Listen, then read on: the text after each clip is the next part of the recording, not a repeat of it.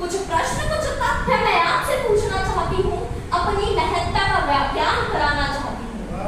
कुछ प्रश्न कुछ तथ्य मैं आपसे पूछना चाहती हूँ, अपनी महत्ता का ज्ञान कराना चाहती हूँ। कुछ वाक्य मेरे आज आपके कटाक्ष में होंगे, परंतु जो भी होंगे सत्य मूल वचन होंगे। मैं दुर्भाग्यवश भारतीय संस्कृति का अभिमान हूँ। मैं संस्कृत भाषा की उपज उसके निर्माण का परिणाम हूँ।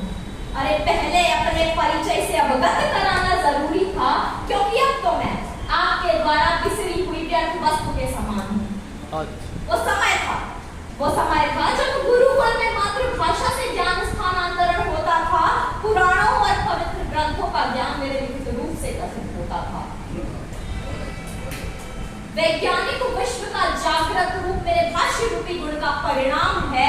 ऋषियों मुनियों द्वारा की गई वेद रचनाएं मेरे बिखरे वर्णों को संजोकर हुई, मुझे इसी बात का अभिमान है।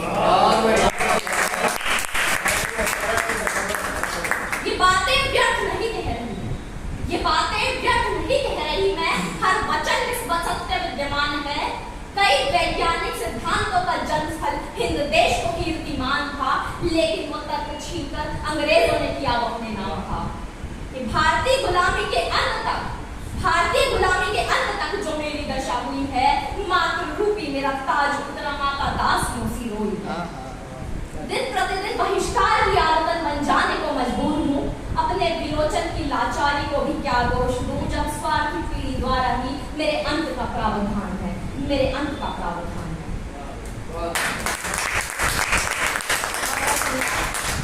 इसी तरह से मेरी दूसरी कविता है पितृसत्ता। आजकल जो पितृसत्ता स्त्री की सुरक्षा के लिए बनाई गई थी, जब वही स्त्री के अधिकारों का हनन करने लग जाए और उन्हीं का शोषण करने लग जाए, तो उसी पितृसत्ता पर कटाक्ष करके लिखा है। ध्यान से सुनिएगा। कोरे कागज सा जीवन देखो हुआ कलुषित क्रंदन में, दिखा अंधेरा जो नहीं दिखना था भाव पितृ के कुंदन में। और इस स्वर्ण पितृ का खोटा निकला जो चमक रहा था बाहर से, उठा वज्र का दम ममता की भोली चादर पे।